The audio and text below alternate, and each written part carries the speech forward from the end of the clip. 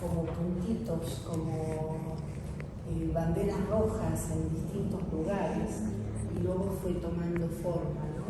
Y fue tomando forma desde el gran privilegio de las preciosas, del preciosismo, ¿no? Luego lo vamos a ver. Y luego, por supuesto, viene ese debatirse, esa ilustración que comienza en la corte, que comienza en Versalles, va filtrándose a capas cada vez más populares y entonces irrumpen las revolucionarias. Que a mí me encanta, a mí Louise Michel es una cosa que ya la vamos a ver. Y de pronto de esas individualidades empiezan a aparecer asociaciones y congresos. Y la primera biblioteca, el primer archivo y biblioteca del feminismo francés,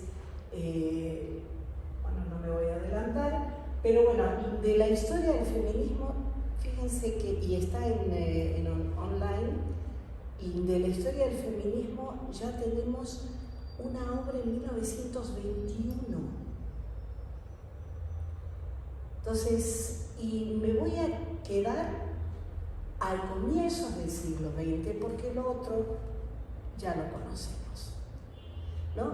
Pero yo he sentido como un lazo muy hermoso de decir, bueno, estas mujeres empezaron y estaban desde luego mucho más solas que nosotras, ¿no? Seguimos. No sé. Vamos a ver. Bueno, antes que nada, cuando digo feminismo francés, por supuesto, no estoy refiriéndome a lo que en el mundo anglófono se llama feminismo francés, que son estas teorías y filosofías feministas entre los 70 y 90, con enfoque filosófico y literario del feminismo. Sobre el cuerpo hay un menor énfasis político que, por ejemplo, en las británicas o las estadounidenses. Bueno, de ese feminismo francés, porque van a escuchar el feminismo francés, bueno, están estas representantes, Lucie Irigaray, que es justamente de la diferencia, como ya sabrán, pero bueno, no es, digamos, de las pioneras de las que voy a hablar hoy, ¿no? Seguimos, por favor. Fíjense que el origen del término feminismo es francés. Y en 1871, Fanou Delacour publica esta tesis doctoral que habla sobre las características femeninas o infantiles en las personas con tuberculosis, cosa que es cierto. Pero luego, que es constatable, digamos, científicamente, ¿no? Pero luego en 1872 empezamos mal, ¿no?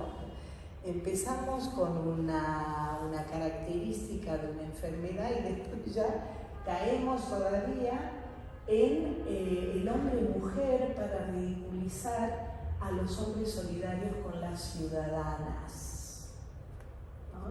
Y esto lo dice nada más que Alexandre Dumas, hijo, un buen machista, porque hubo en Francia muchísima reacción. Yo me he sentido tan identificada, decía, se avanzaba y venía la resistencia, se avanzaba más y todavía peor. Y dice así Alexandre Dumas: las feministas, perdón por el neologismo, 1872, claro, dicen, todo lo malo viene del hecho de que no se quiere reconocer que la mujer es igual al varón, que hay que darle la misma educación y los mismos derechos que al varón. Eso era, veámoslo en el contexto de 1872, el tono no era neutro, el tono era un gran reproche. ¿cómo nos atrevíamos a decir que las mujeres teníamos los mismos derechos? Pero entonces, y otra vez, con esta historia nuestra de resistencia, las mujeres nos apropiamos del término. Y entonces vamos a tener a Aubertine Auclair, que vamos a ver más adelante, lo retoma al término en 1882, 10 años después, y en 1890 ya se asienta el término, ¿no? Y a mí me gustaría, ya que estoy entre los cerebros feministas más distinguidos realmente de la ciudad, me gustaría que luego ustedes hagan comentarios sobre esto, porque yo siento que aquí hay muchas lecciones para aprender, ¿no?, de este discurso de estas mujeres. Seguimos, por favor. Bueno, esto, a mí que lo haces, eso era por si venía alguien que no sabía mucho. En el caso que hubiera habido alguien con conocimiento cero de feminismo, y aclarar que no hay feminismos, ¿no?, sino modalidades de feminismo. También lo de la modalidad de militancia feminista, ¿no?, porque hay toda una generación que asimila la militancia feminista con el ir a la calle y salir y manifestarse, que está súper bien, por supuesto, pero es una de las formas, ¿no? Esto, como digo, era para un público bastante más general que el que tenemos. Y las falsas dicotomías, ¿no? Bien, el feminismo versus el movimiento de liberación de mujeres, ¿no? El Women's Lib, que es más anglosajón. Bien, en fin, lucha de empoderamiento individual, versus colectivo, denuncia social, cuando se habla del patriarcado en general y cuando se habla de los casos en particular, ¿no?, que es una falsa dicotomía, en fin, partidaria, agenda propia, agenda inclusiva, en fin, y por supuesto lucha abolicionista versus regulacionista. Seguimos, por favor. Bueno, y ahora sí hay una línea de tiempo muy somera y muy grosso modo del feminismo francés, y vamos a hablar de protofeminismo, que lleva a un feminismo premoderno hasta la Revolución Francesa.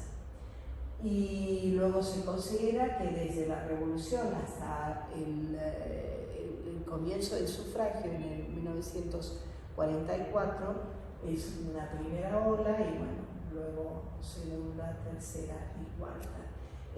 Nosotros tuvimos el sufragio en el 47, ¿no es cierto?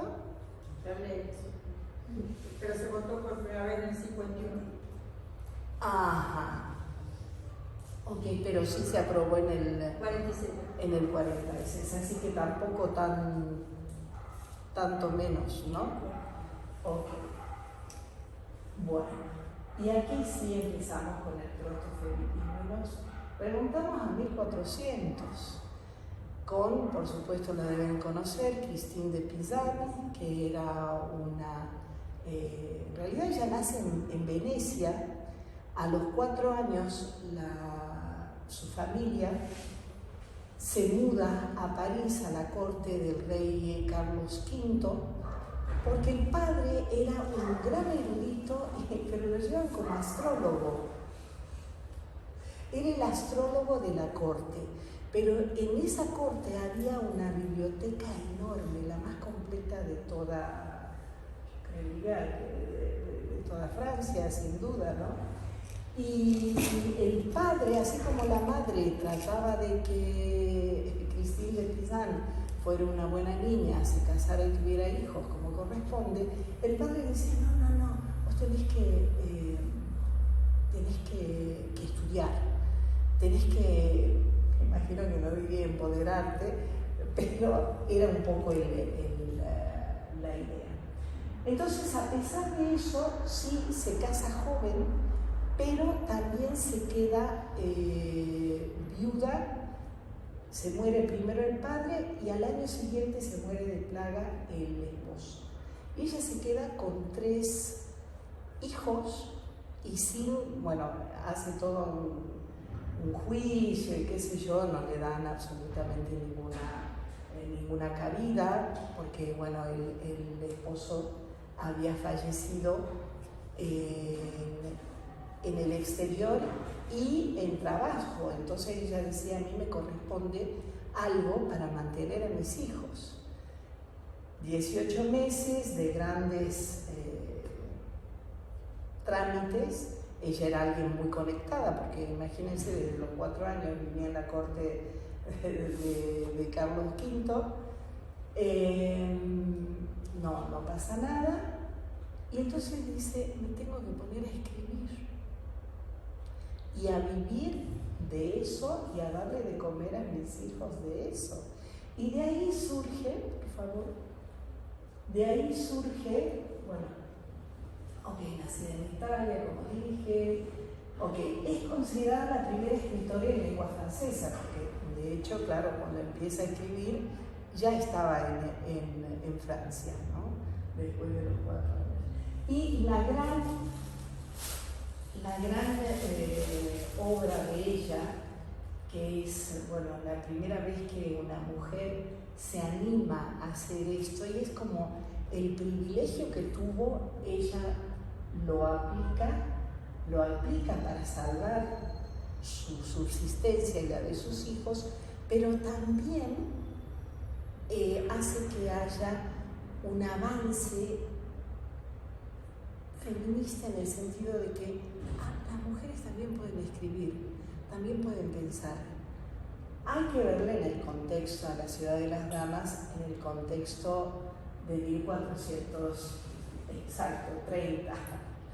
Es decir, evidentemente iba a ser una obra súper piadosa, que la Virgen y los ángeles y todo eso, pero vamos a ver en qué, ¿por qué lo hace? ¿Por qué escribe esta alegoría? Por favor. Y entonces dice, claro, había la querella feminista, todavía no estaba la querella feminista de quienes las mujeres tienen derecho a los mismos privilegios, acceso a la misma que los hombres, pero sí había tesis misóginas, evidentemente, y aquí tenemos, por ejemplo, la Boccaccio, que decía que las mujeres en realidad éramos recipientes para tener hijos, para que se construya la ciudad ideal, el reino, digamos, de los cielos, ¿no? Una cosa así en la tierra.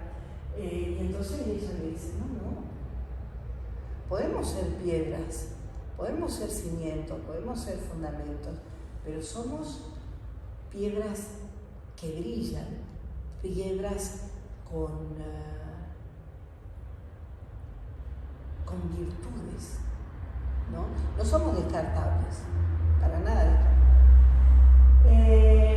Entonces las mujeres son elegidas para poblar la ciudad, ilustrar las virtudes conyugales, estamos hablando en 1400. Y la última etapa es de esta construcción, es la llegada de la Virgen María, no de Cristo, no del Espíritu Santo, de la Virgen María. Se acompaña de vírgenes, virtudes y mártires con la virtud teologal mayor, que es la fe. Solamente haber escrito para mí ya es un paso feminista. Decir que las mujeres teníamos valores, tenemos valor intrínseco, también es un acto feminista. no se le puede pedir más a una señora que aparte tenía que vivir de eso. Ella estaba transgrediendo, pero tenían que pagarle, con lo cual no podía hacer mucho juego. Y me imagino que ella también era profundamente religiosa y estaba profundamente convencida de esto. Pasa. Penado 14. Sí. Entonces un poco más allá, bueno, he elegido por supuesto algunas, porque resumir tantos siglos y tantas personas y tantos avances es absolutamente imposible. Pero entonces vamos al preciosismo, ¿no? Que normalmente se dice, bueno, no seas tan preciosista, por decir, no seas tan exigente, no seas tan perfeccionista, pero no, esto viene de las preciosas que eran justamente mujeres de la corte, en donde empiezan a decir, ¿sabes qué? Yo puedo tener otro diálogo al margen del diálogo cortesano. ¿Y sabes qué? En el diálogo cortesano, inclusive, me tenés que convencer que tenga relaciones con vos. Porque antes era, es decir, a un señor le daba la gana y bueno, la señora se sentía muy halagada porque la habían elegido, ¿no es cierto? Las prisioneras dicen, ¿sabes qué? No, me tenés que convencer. Y ¿sabes qué? En un momento más tarde, dices, y tenés que hacerlo, tenés que convencerme con elegancia y tenés que hacer gala de erudición. Y yo voy a hacer lo mismo. Y entonces se organizan lo que se llaman los salones literarios, científicos, etc. Y habrán salonières, que eran las señoras que organizaban estos salones, porque claro, luego pasa a la aristocracia y luego pasa a la clase media alta y luego va, como dije anteriormente, popularizándose. Y entonces ya se dice, bueno, ¿sabes qué? Aparte tampoco solo quiero hablar del amor, quiero hablar de ciencia, quiero hablar de filosofía, quiero aprender de esto y quiero mostrarlo. Y habrá algunas salonières que serán, no digo machistas, pero que no admitían otras mujeres, ni que tampoco tenían una agenda feminista ni nada, no, era, bueno, yo me empodero a través de estar codeándome con estos científicos, estos matemáticos, estos políticos. Habrá otras que no, habrá otras que dirán, no, esta es la vía. Y otra de las lecciones de la historia, las mujeres encontramos la vía. ¿No? Seguimos, por favor. Bueno, ok, empezaba la andadura, el siglo XVII. Habían salones en donde habían algunas mujeres y cada vez fueron siendo invitadas en mayor porcentaje, ¿no? Bueno, las preciosas que declaran preferir la aristocracia del espíritu a la de la sangre, revitalizaron la lengua francesa e impusieron nuevos estilos amorosos, lo que yo contaba anteriormente, establecieron pues sus normativas en un terreno en el que las mujeres raramente habían decidido, y eso lo dice Ana de Miguel. En tanto, Oliva Blanco dice, la carrera feminista deja de ser coto privado de teólogos y moralistas, que por supuesto no eran feministas a ultranza, eran muy machistas, y pasa a ser un tema de opinión pública. En esta época se da también la obra de Molière, de las preciosas en todos los años. Y viene la resistencia, por favor. Por favor. nueva sociedad. Hay una nueva forma de relacionarse. Las mujeres instauran una nueva forma de relación. Eso creo que es muy importante, ¿no? Marca tendencia. Y aquí me encantaría que estuviera María José, pero bueno. Que se va constituyendo, bueno, como los géneros literarios, como la filosofía, la reflexión e ilustración salen de la corte y comienzan a popularizarse, porque muchas salonières, que muchas tenían dinero, empiezan a patrocinar, a hacer mecenas de una ilustración que luego se hace la ilustración, pero en una etapa anterior está la ilustración olvidada, y es la que las mujeres causaron. Tengo una pregunta. Sí. ¿Firmaron con sus nombres, con seudónimos o no lo vieron? ¿Las que escribían? Sí. No, esto me estoy refiriendo solamente al fenómeno del salón. Sí. Respecto del, bueno, normalmente era de hombre, a veces el marido. Bueno, porque eso era muy frecuente. O era anónimo, y como bien dicen, anónimo tiene nombre de mujer. Ah, sí. Eso ya me O se firmaba el marido, a veces los hijos. Seguimos, por favor. Y entonces, claro, aquí va cómo nace, ¿no? Entonces, lo primero es el amor y la amistad. Había grandes debates. Y si ustedes leen algunos de esas transcripciones, eran de una erudición y de una gracia del francés maravillosa. Y el francés es difícil, quiero decir, es muy difícil para dominar como la dominaban ellas, ¿no? Y bueno, y empiezan ya a interesarse por temas científicos y filosóficos, y es la ilustración olvidada de las hermanos. Pero ¿qué pasa? Viene la Revolución Francesa y desafortunadamente en alguna etapa nos relegaron. Bueno, y la reacción misógina de una violencia inusitada es justamente las preciosas ridículas, la Escuela de las Mujeres Arias de Molière. ¿No? Hay que leerlo en Molière, antes tomarse un buen té de hilo como mínimo, pero no importa, vamos a seguir. Y aquí tenemos a esta Madeleine de Scudery. Cuando llegué aquí y vi tantas fotos, dije, es que hay que ponerle nombre, cara. Estas señoras eran señoras de carne y hueso como somos nosotras, ¿no? Y esta señora, ella, bueno, de 1607 a 1701, vamos a ver qué tipo de salón tenía, por favor.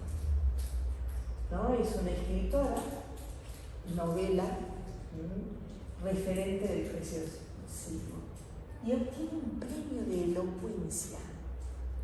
¿Sí? A las mujeres se nos permite hablar, después se nos callará, pero en ese momento. Y entonces, bueno, su salón marcó tendencia, como decías, y eran los sábados de Madame de Scudery, ¿no?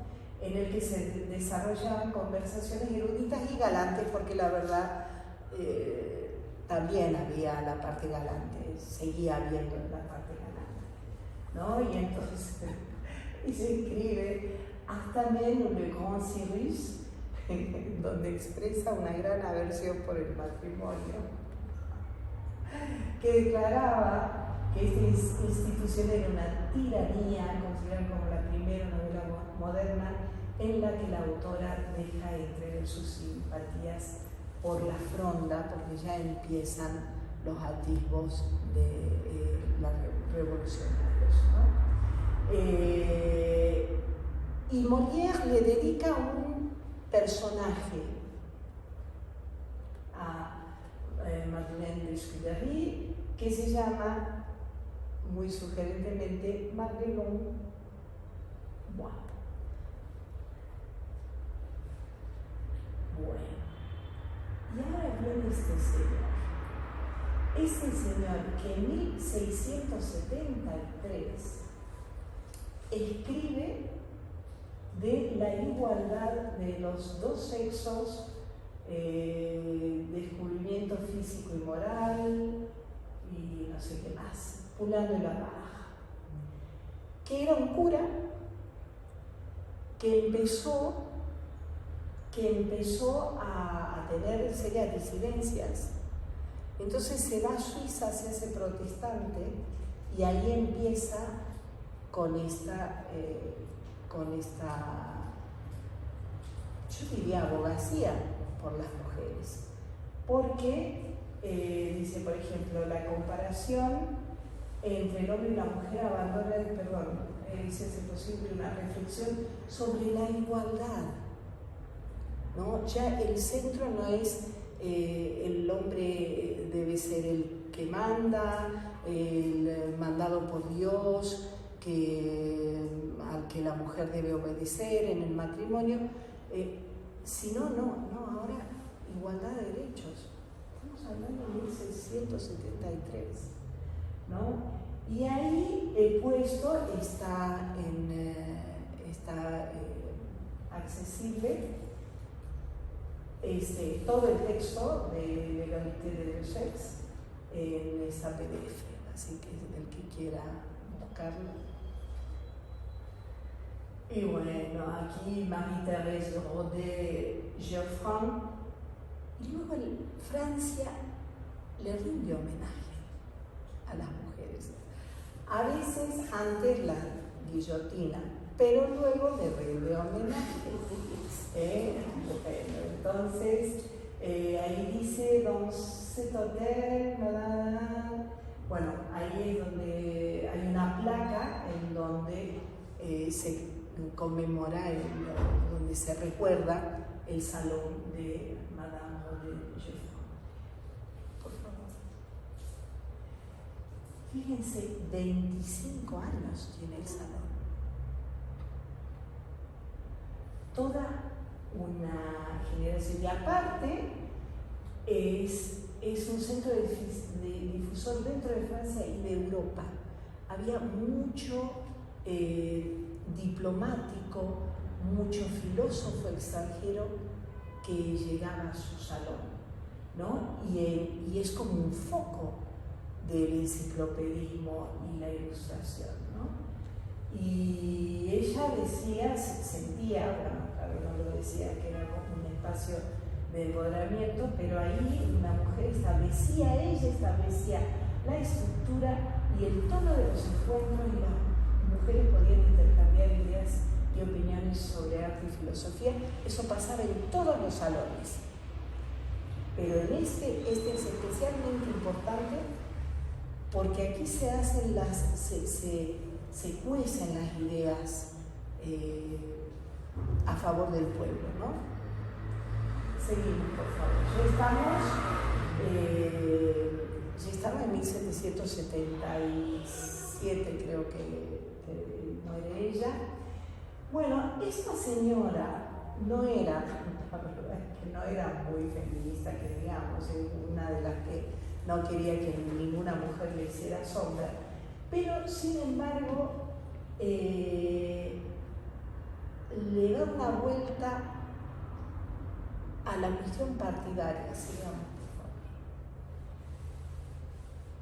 de política partidaria, ¿no? Y ocupa un lugar relevante en el partido de los girondinos, que acuérdense que es de la Gironde, de la región de Francia, que eran mucho menos, digamos, no digo radicales, sino violentos, que los que ganan, que desafortunadamente luego decapitan a todo el Y aquí ya es una mujer, es la que está dando albergue a a la revolución. Ya no es el preciosismo, ya no es el debate, ya no es la ilustración, ya estamos hablando de revolución. Bueno, María Guillotinada, por supuesto, y es se supone, la que pronuncia la frase de cuántos crímenes, libertad, cuántos crímenes se cometen en tu nombre. Y yo creo que, bueno, esta Manon Roland, hay mucha gente que dice que no debiera nombrársela como feminista, pero yo creo que sí. Yo creo que no es necesario que ella haya tenido es una visión feminista, de avance feminista, pero había una señora que estaba rigiendo a los políticos en una época tan supercandente como fue la y luego la Revolución Francesa. No es poca cosa, ¿no? Seguimos, por favor. Dígame si estoy bien del tiempo. Bueno, entonces, luego viene, no sé si ustedes más o menos manejan la historia francesa. Tenemos 3 repúblicas en ese tiempo, ahora estamos en la Quinta República. Pero bueno, está la Revolución del 48 y está la Comuna de París. Y en la Comuna de París destaca que fue un experimento, fue un intento primero. Yo pienso siempre en la Comuna de París, no sé, casi como el primer experimento en donde hubo se intentó una democracia real, ¿no? En donde el poder estaba con la gente del pueblo, ¿no? Y aquí destaca, perdón, antes de la Commune, sigamos. Está, por supuesto, Olympe de Gouges, ¿no? Que se supone que, ella también tiene una educación súper privilegiada, porque era hija de una sirvienta y se supone del hijo de un gran señor. Y ella crece en la casa de su abuelo. Y su abuelo le dice también: empoderate, estudia, aprende idiomas, etc., ¿no? También tiene sus vaivenes, por supuesto, en la vida, y termina siendo, porque al final, por supuesto, la deshereda, la desconocen, pero ella tenía ya ese arma, ¿no? Escribía. Y ahí ella empieza ella al menos, a firmar con su nombre. Después de mucho tiempo, por mucho tiempo las mujeres no hemos firmado con nuestros nombres, pero ella sí. Pamfletista, dramaturga, autora de la Declaración de los Derechos de la Mujer y de la Ciudadana. Que en realidad muchos dicen es exactamente lo mismo que la Declaración de los Derechos del Hombre y del Ciudadano. No es totalmente cierto y no tenemos tiempo para verlo, pero unas frases nada más. Fue abolicionista. Cuando decimos abolicionista es de la esclavitud en ese tiempo. Y fundó varias sociedades fraternas. Empiezan a hablarse de hermano y hermana, ya vamos a ver en varias instancias. También Girondina, y también muere Guillotinada. Seguí, por favor. Y entonces dice, ¿no? La mujer nace libre y permanece igual al hombre en derechos. Las distinciones sociales pueden estar fundadas en la utilidad común. El objetivo de toda asociación política es la conservación de los derechos naturales y instintivos de la mujer y del hombre, así como en la Declaración de los Derechos del Hombre no se mencionaba a las mujeres, ella sí menciona a los hombres, ¿no? Estos derechos son la libertad, la propiedad, etcétera. El principio de toda soberanía reside esencialmente en la nación. que no es más que la reunión de la mujer y el hombre.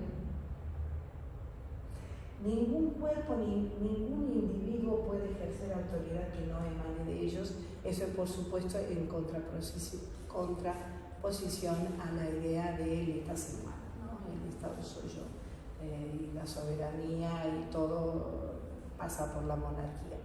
Sigamos, por favor, muy rapidito.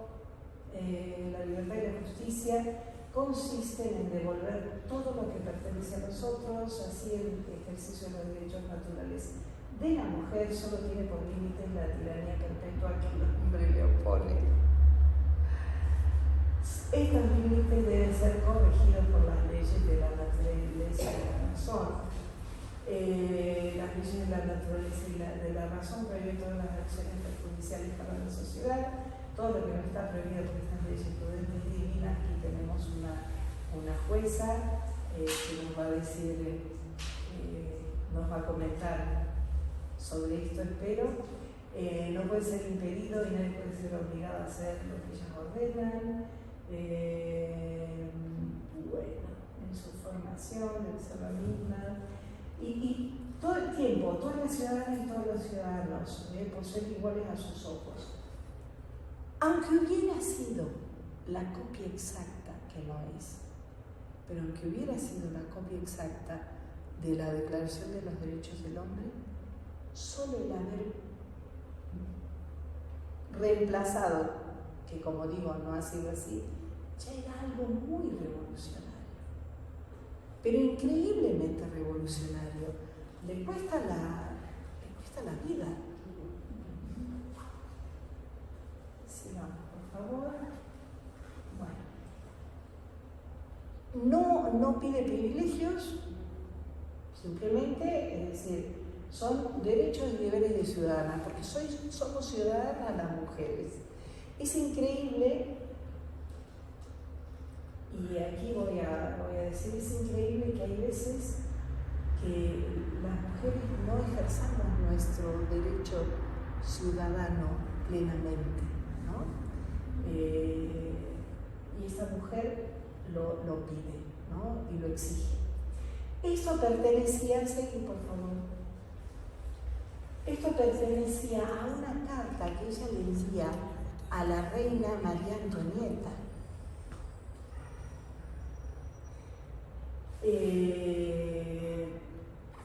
Yo creo que tomaron esa razón como excusa para guillotinarla, por supuesto, ¿no? A ver, por ejemplo, esta toda ciudadana puede, pues, decir libremente: soy madre de un hijo que os pertenece, sin que un prejuicio bárbaro la fuerce a disimular la verdad, con la salvedad de responder por el uso de esta libertad en los casos discriminados por ley. Perdón, voy a leer la primera parte. La libre comunicación de los pensamientos y de las opiniones es uno de los derechos más preciosos de la mujer, puesto que esta libertad asegura la legitimidad de los padres relacionales. ¿Puedo hacer una acotación? Por supuesto. Esto me trae me evoca yo te creo más. Todo el tiempo. Esto es lo que ella está diciendo, esto, ¿no? Las mujeres decimos la verdad y uno tiene que creer lo que nosotras decimos. Y la segunda parte de todo el texto, y en la segunda parte me evoca algo que está muy en boga en este momento, lamentablemente, que es tremendo, que es una ofensiva sobre las mujeres, las madres protectoras, como se las llama, que defienden a sus hijos que fueron abusados por los padres o donde fuere.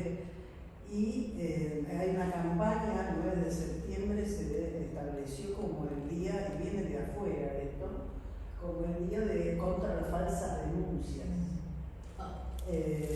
Porque aparentemente las mujeres hacemos siempre falsas denuncias, ¿no? Y entonces, fíjate vos que el segundo párrafo dice: toda ciudadana puede decir libremente: soy madre de un hijo que pertenece, sin que un prejuicio bárbaro la fuerce a disimular la verdad. O sea, porque si no le puedo decir falsa, denuncia falsa, este no es tu. En esas épocas era muy fácil decir, ¿no? Sigue siendo, este no es mi hijo. Bueno, ahora le hacen un juicio por filiación, pero en aquella época ibas al arroyo a vivir de lo que pudieras, ¿no es cierto? Absolutamente.